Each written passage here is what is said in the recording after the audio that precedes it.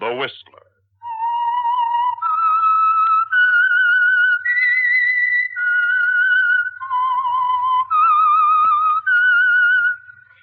Presented by the United States Air Forces in Europe. I am the Whistler, and I know many things, for I walk by night. I know many strange tales, hidden in the hearts of men and women who have stepped into the shadows. Yes, I know the nameless terrors of which they dare not speak. Tonight transcribed, it's The Whistler's strange story, Alibi.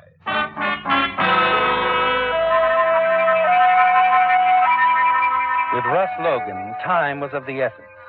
Always a most meticulous man, minutes meant money, and appointments, to his way of thinking, were made to be kept. Through the years, precision in time in all matters remained almost an obsession. Tonight, riding with your wife, Jean, and your business partner, Jim Kendrick, in his big chauffeur-driven car, you sit very quietly, don't you, Russ? And a thin smile of anticipation crosses your lips as the car swings in the winding drive of Kendrick's home in Coldwater Canyon. Russ, dear, you're awfully quiet. Restaurant food disagree with you? Russ, your wife's talking to you. Huh? Oh, sorry, Gene. I don't think you've heard a word we've been saying. Maybe if we got onto the subject of a nightcap, huh? How about it? Sounds good to me, Jim. You see, Gene, we've hit on something that interests your lord and master. Stop here at front, Nick. Yes, sir. You can put the car in the garage. Russ and Gene drove over. All right, Mr. Kendrick. Come on, folks. See? Russ is looking at his watch again. Afraid you'll miss an appointment in the morning, darling? What's the matter? Russ, with all your clock watching, you'd think you weren't a member of the firm. I keep telling you, Jim, you ought to rig up a time clock for Russ. Let him punch in every morning. That's it. Okay.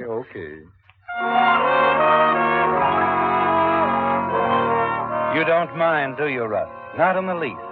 And you've a reason for glancing at your watch. The seconds are counting again, aren't they? In your life. And especially in your partner, Jim Kendrick. Inside the house now, you have only to wait until you hear Nick, the chauffeur, coming in the back door to enter his room, and then you can set your plan in motion. But something unexpected happens.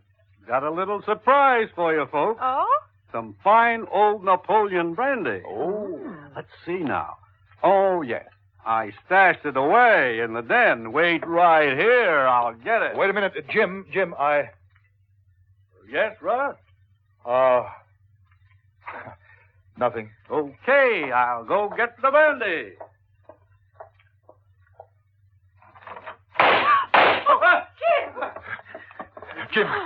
Jim, what happened? In the den. He's still there. Go after him, Russ. Here, Jim. Lie down on the Davenport. I'll call a doctor. Hurry up, Russ. He went out the French window. Where do you keep that gun you have? In the desk, in the den. Will you hurry up? Sure, Jim, sure. Gene, you call the police. Yes. I'll get him. Don't worry.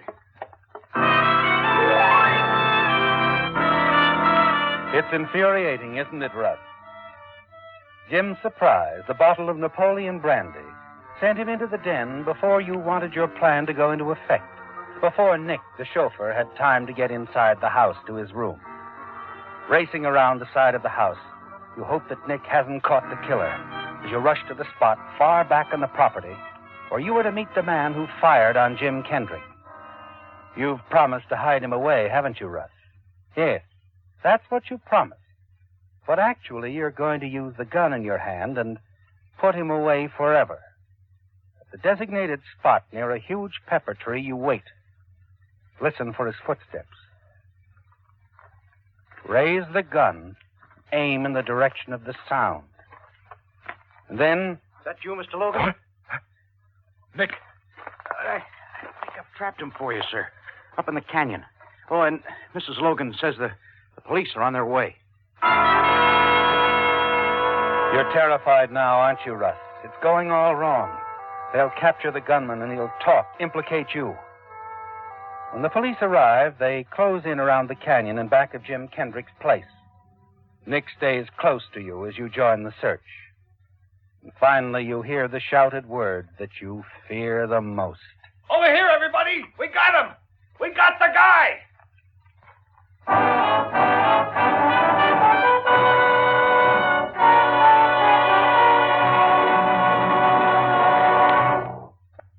And now back to The Whistler.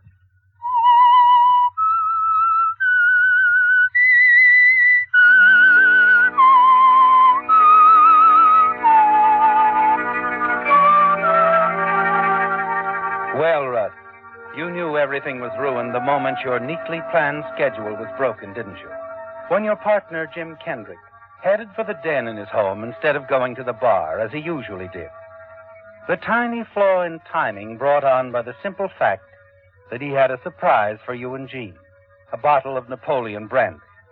And the gunman you had hiding in the den would have had time to get away and reach the spot outside the house where he was to meet you without being seen by Nick. But it's gone wrong all the way. And now it seems the gunman has been caught. Hello. Nick, the chauffeur got a good look at him when he ran out of the house, Mr. Logan. Officer, is that the man there? That's him. How about it, Nick? Wait a minute. Put a light on him. Oh, he's not the guy. Are you sure? Sure, I'm sure. I got a good look at him. Yeah, I guess we made a mistake. Spit out, boys, and get going. We got the wrong guy.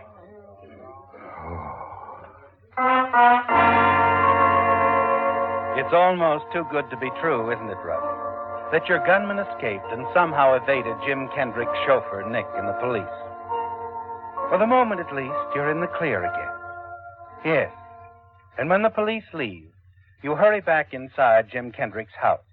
Learn from your wife that your partner's wounds are not serious. He's going to be all right, Russ. They took him to the hospital in a police ambulance. We better get on home, Jean. All right, as long as Jim's okay. Whoever did it got away, I guess, huh? Yeah, he got away.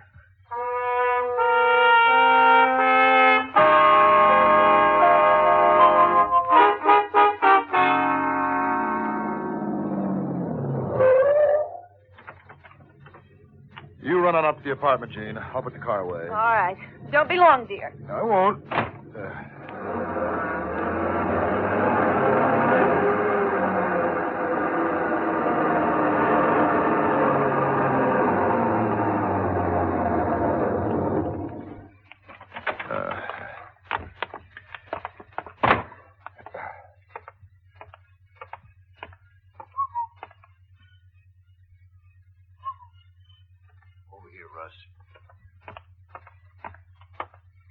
Frankie, what are you doing here? Where else could I go? What went wrong? The chauffeur saw me. I know he did. Yes, he saw you. He gave the police a description, too. Look, you said you'd hide me out. I would have if things had gone right, but I can't hide you in my apartment. But the cops, if they get to thinking, start working on the description the chauffeur gave me to lad up to Frankie Rizzo, me. That's your problem. No, you're in this. You did the hiring. Well, I'll help you get out of town. But that's all. I can't skip town. Not tonight. They'll be watching for me. The police. Hey, look. I got a pretty good hideout. There's a motel out near the ocean. The motel, good. I'll drive you there. When things cool down, I'll help you get out of the state, but quietly. Okay, thanks, Russ. All right. Wait in the car. I'll call upstairs. Tell my wife I've got something to do. Sure, Russ. I'll wait. You have to help him, don't you, Russ?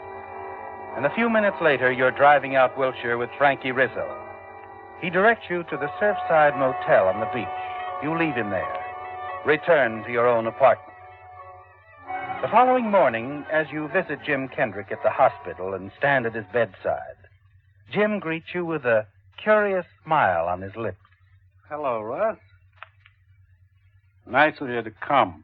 Morning, Jim. How do you feel? Just fine. They tell me I'm going to live. Too bad, isn't it, Russ? What? It would have solved all your problems if I'd kicked off, huh? Given you control of the business, too. What in the world are you talking about? That little deal you approached me with 2 weeks ago. Deal? That little transaction which you thought our freight line would fit into so neatly. Oh, now. Look, Jim, You want me to drive business away from now on? If it's crooked, yes. Even if it means 50,000 profit. I won't Jim, stand for our trucks accepting a contract to haul contraband. I told you 2 weeks ago. I'm telling you again now. As long as I'm a partner in this outfit, well, we're keeping it clean. Okay, Jim. Let's forget it. I have. The moment we disagreed, I dismissed it from my mind. That's funny. Maybe I misjudged you, Russ. I actually found myself wondering if that little shooting at the house didn't just have something to do with your plan. It's too ridiculous to dignify with an argument. So we won't argue. Nick, my chauffeur, thinks he's seen this man before. I mean, before last night. Oh? Might give the police a lead, huh? It might, Russ. It just might. He, say where he'd seen him? Yeah, down at the gym. Oh. That Nick goes to. If it's the same guy, he's a cheap gambler named Rico, Reno, something like that. The kind that just might take a pot shot at somebody for money, provided the right sort of person talked him into it, assured him it would be an easy setup, no danger. Nick ought to tell the police about all this. Oh, he has, yeah. Nick's told the police. Good boy. Nick. Very loyal. Sit down. Sit down. Visit a while. Yeah. Sure, Jim. Sure. You're certain Jim knows you hired someone to kill him. You're glad when your visit comes to an end and you hurry out of the hospital back to your office. And then that afternoon, there's a phone call for you. Hello, pal. Look, this place is giving me the willies. I want to get out of town. If you'd listened to me last night... Okay, so now I'm taking your advice. But I need money. 10 grand ought to make a nice start. 10 grand? But you made a deal. Since then, I decided to retire. And a guy who retires has got to have capital and an income. You're it, pal. Or else. All right, Frankie. You win. I'll pick you up at the motel as soon as it gets dark.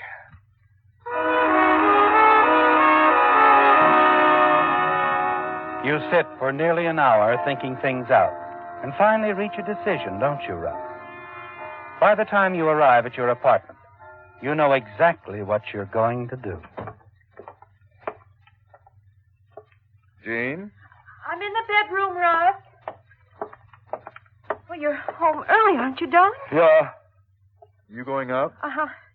Stella and I are going over to Westwood to a cocktail party at Ruth Taylor's. I'm rushing. I think I'll take a short nap. Oh, darling, before you get yourself comfortable, mind doing something for me? Run down to Stella's apartment. She's loaning me a purse to match my new dress. Okay. Oh, Jean. Yes. How long will you be gone? Oh, I don't know. A couple of hours. We haven't forgotten we're going to the Andersons for dinner tonight. They're expecting us at 8, and I don't want to... And you don't want to be late, I know. I'll be back by 7:30 or so. Never mind the or so. Make it 7:30 sharp. I'll meet you down in the lobby.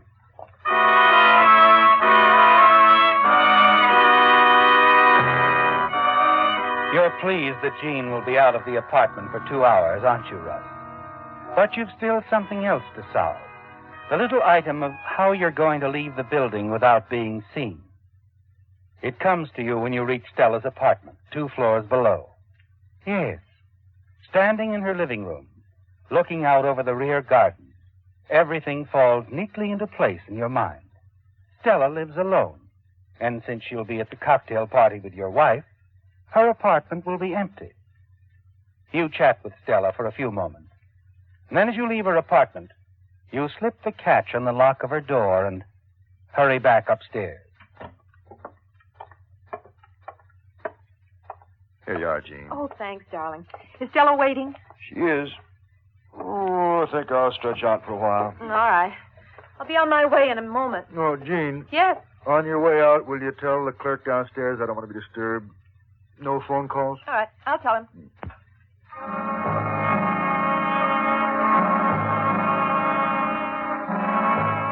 You pretend to drop off to sleep, and 5 minutes later, Jean leaves you alone in the apartment. You glance out the bedroom window. It'll be dark in another half hour, won't it, Russ? dark enough to cover your movement down the back fire escape and through the gardens. It's 6:55 exactly when you again slip into Stella's apartment. Hurry down the fire escape and then to your car parked in the street. 10 minutes later, you arrive at the Surfside Motel.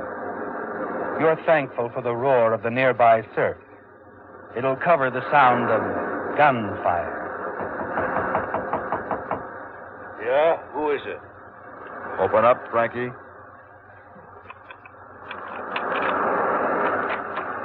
Hello, Russ. You got the money? No. I don't have the money, Frankie. Huh?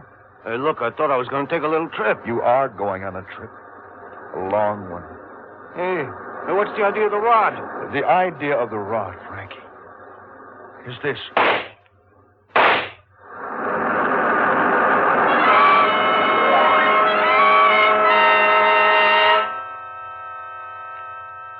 It's 25 minutes after 7 when you slip back into Stella's apartment. From the window, you can see Jean and Stella driving up. You sprint upstairs to your own floor and take the elevator from there to the lobby. Chat for a moment with a desk clerk until Jean enters. Oh, sorry, darling, but really, I'm only a few minutes late. You see what I mean, Fred? Women never on time. Oh. Don't be too hard on Mrs. Logan, sir. It's only 7:32. Why, if it was my wife, was... Oh, excuse me. Yes, sir? I'm Lieutenant West from Homicide. I'm looking for Mr. Logan. Russ Logan. Mr. Logan? Why, this... I'm Logan. What is it, Lieutenant? Like to ask you a few questions, if you don't mind. No, of course. In private. Let's go up to the apartment. Do you mind if my wife... No. Come along, Mrs. Logan. Now, what's this all about, Lieutenant? Just routine questioning, Mr. Logan. Where were you this evening between 7 and 7:30? In my apartment. I came home this afternoon around 5. My wife and I were just about to leave the building when you walked in. I see. You were here then since 5. Well, the desk clerk will verify that. The only way out of the building is through the lobby. Of course, there's always the fire escape. Oh, our apartment and fire escape are at the front of the building. I could hardly leave the building that way without being seen, Lieutenant. Now, see here. I wish you'd tell me what this is all We've been checking about. on a man named Frank Rizzo. Your partner's chauffeur, Nick Bemis, thought Rizzo was the man who took a shot at his boss. But I still don't see where We that... checked all of Rizzo's old hideouts. The Surfside Motel was one of them. Only when we got there, a few minutes after 7 tonight, we found out he'd been murdered. Oh, how dreadful. Shouldn't you be discussing this with my partner? Rizzo had your phone number scribbled on a piece of paper. Both your home and office phone number. That's why we came here first, Mr. Logan. But it's ridiculous. I was in my apartment all afternoon. You can check with the desk clerk. I see.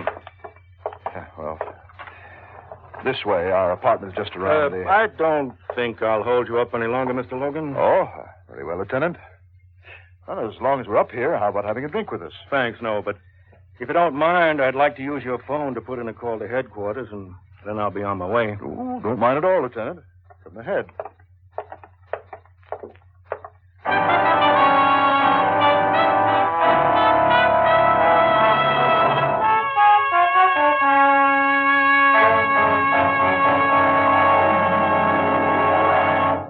And now, back to The Whistler.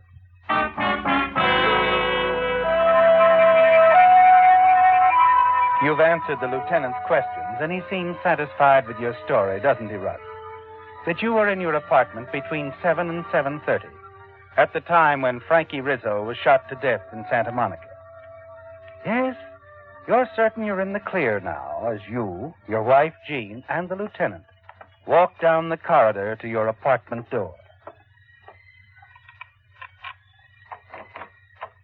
Well, come on in, Lieutenant. Why, Russ, that sounds like the clock in the bedroom. The alarm. I said it before I left. I was afraid you'd oversleep. I know how fussy you are about being late. I'll turn it off. Just a minute, Mr. Logan.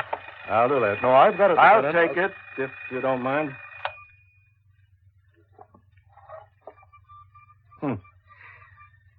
I thought you said you were here in your apartment.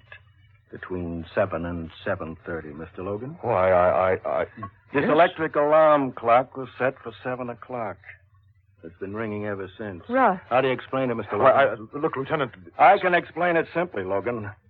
Because you weren't here to turn it off. Now, wait a minute. I told you'd better come down to headquarters after all. A hand paraffin test will tell us if you fired a gun recently. If you have, we found our man.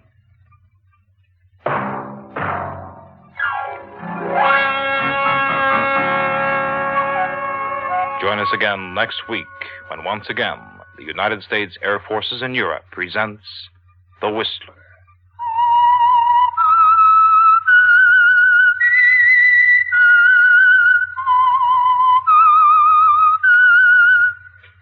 This is Air Force Sergeant Don Cormay speaking.